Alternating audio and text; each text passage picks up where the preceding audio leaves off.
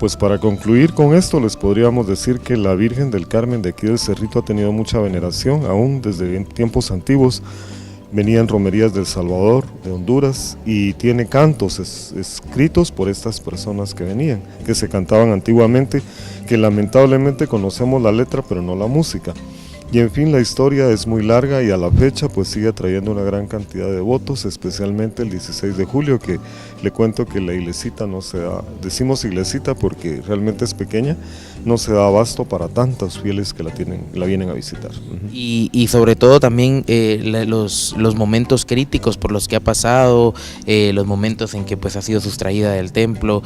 Cuéntenos un poco de esos momentos que ha pasado la Virgen del Carmen y que al final pues vuelve a su casa, la que ella eligió para ser venerada. Claro que sí, esto pues es una historia bastante triste, bastante lamentable, pero siempre tiene un final feliz. Resulta que en el año 2001, el 19 de abril del año 2001, la imagen fue sustraída de aquí, desapareció.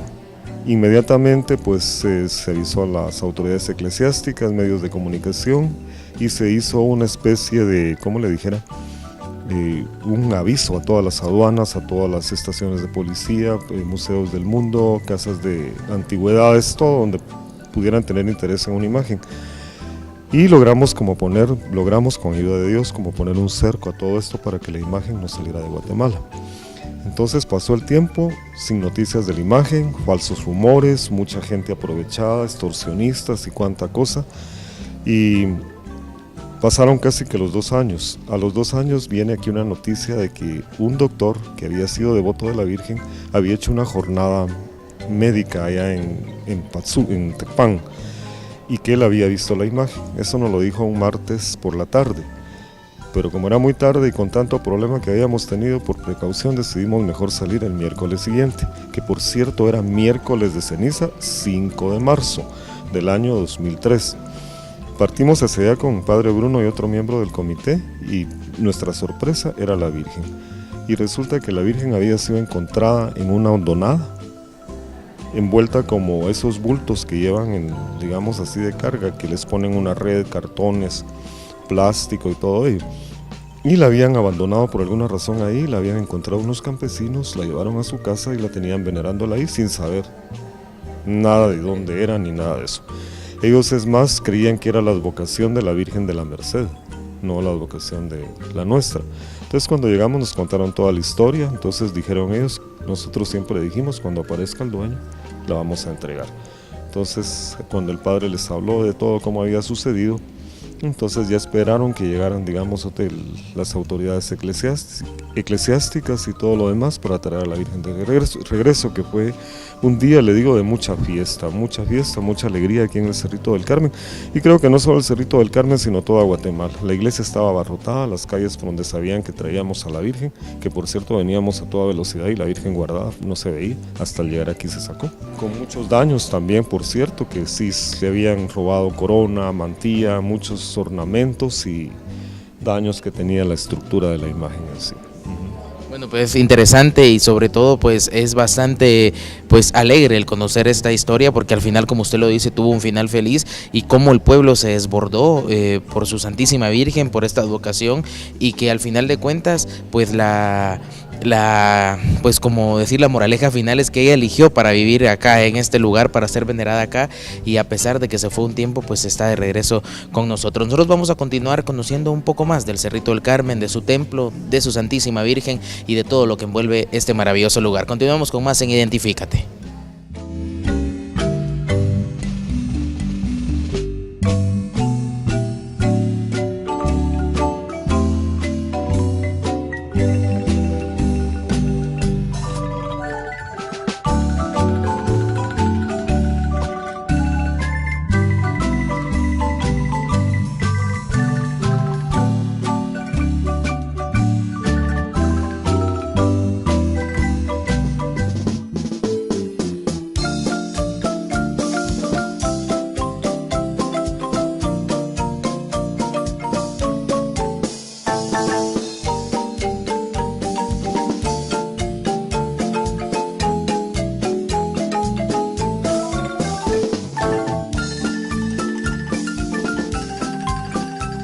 Continuamos con Identifícate en este programa especial desde el Cerrito del Carmen.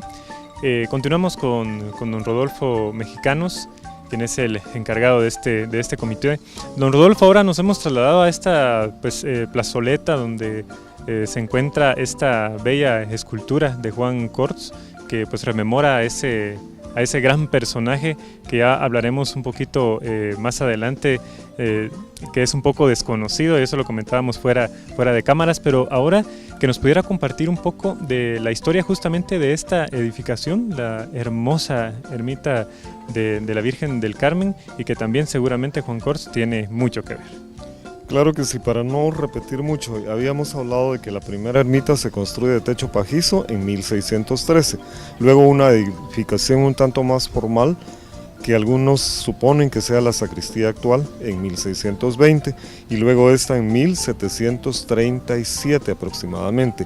Esta ermita que tenemos hoy en día es construida por un señor llamado Juan José Morales Ros y Alfarol. Él era un devoto de la Virgen del Carmen, entonces él decide hacer una ermita más grande para que pueda tener acogida para más gente.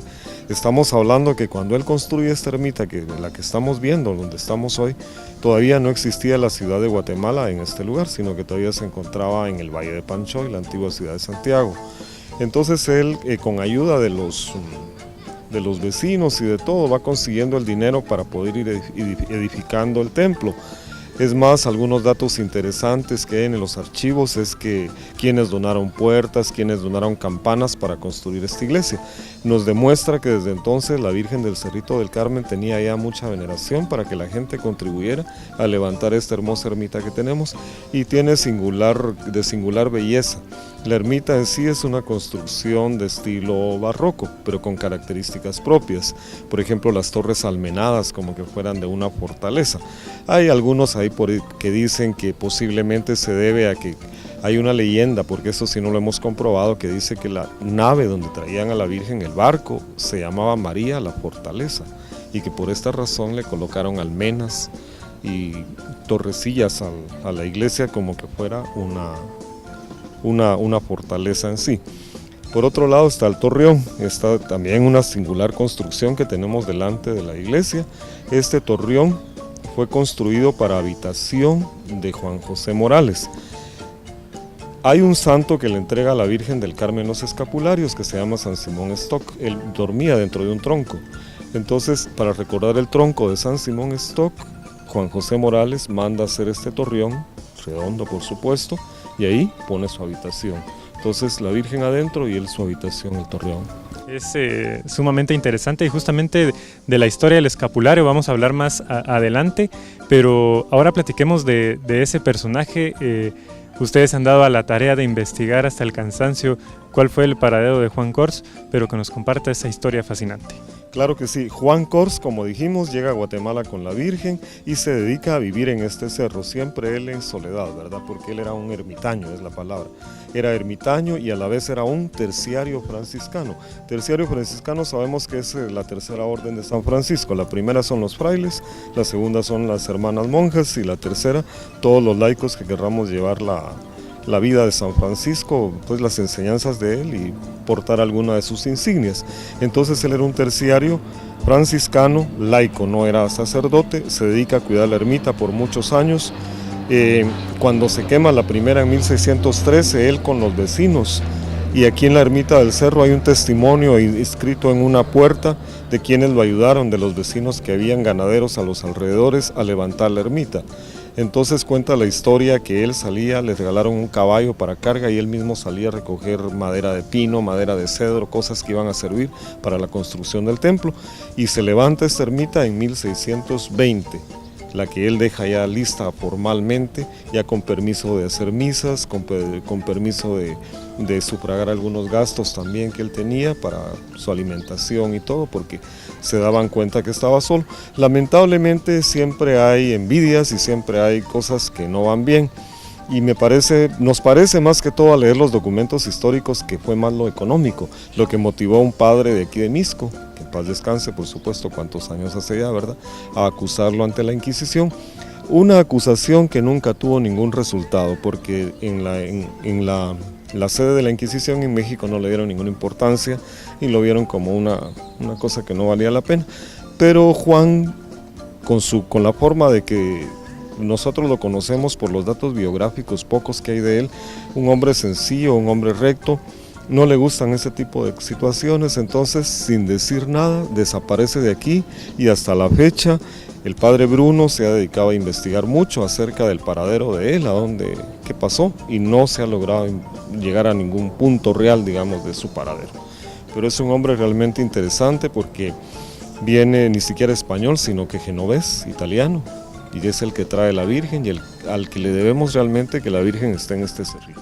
Y definitivamente es especial dentro de esa vida, vivir en el anonimato, el no querer pues tener ese protagonismo, que nos pueda compartir un poco de esa investigación y de todas esas historias pues que han llegado hacia ustedes y de los lugares donde han investigado, si él se encontraba aquí en Guatemala, si ha salido, y también de cómo es que deciden levantar este monumento a Juan Cors. Bueno, lo primero no lo primero, pero por cronología, el primer documento sería importante la partida de bautismo. Resulta que un padre de la provincia franciscana de Venecia, sabiendo el interés del padre Bruno, llega un día por casualidad a este lugar Toirano, ahí en Génova. Entonces ahí él empieza a investigar en las alcaldías, en las parroquias, y justamente da con la partida de bautismo. Entonces inmediatamente le envía y tenemos una copia aquí en la iglesia de la partida de bautismo de Juan Cors, donde ya se le saca totalmente de la leyenda.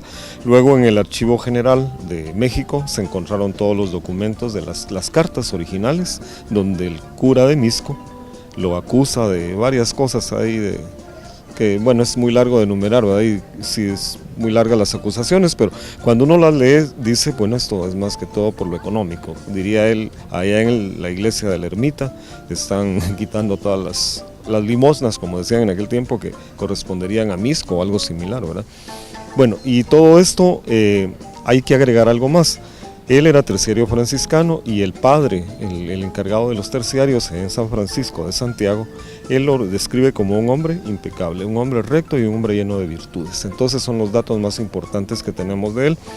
Y luego, después de que ya en estos tiempos modernos, con esto de que no se sabe nada de su desaparición, el padre Bruno se ha dedicado a investigar en archivos, en lugares, donde de toda noticia que pueda venir, y hasta la fecha, como le digo, no hemos encontrado nada, pero tenemos la esperanza que tarde o temprano se va a encontrar algo del paradero real de este personaje. Ahora, ¿por qué se le hizo este monumento? El constructor de la actual ermita, hay un retrato de él de tamaño de cuerpo entero a un costado del presbiterio de la iglesia, pero de él no había nada. Entonces podemos decir que esta escultura de Max Leiva es una inspiración del artista. Él se inspiró en los pocos datos que hay de él para poder hacer la escultura, porque no teníamos ninguna imagen, nada para poderla haber copiado, ¿verdad? Entonces él eligió esto, que bien lo merece, viendo hacia la iglesia que él construyó, hacia la Virgen que él trajo, la estatua de Juan Cors. Increíble, definitivamente esta historia fascinante que estoy pues seguro que muchos católicos no conocíamos, y es justamente el objetivo de Identifícate, pues traer todo este contenido pues para que nos identifiquemos más y conozcamos más de nuestra historia. Muchísimas gracias, don Rodolfo. Ya más adelante seguiremos compartiendo con usted porque haremos un hermoso pues recorrido dentro del Museo del Cerrito del Carmen. Nosotros continuamos con más. Identifícate.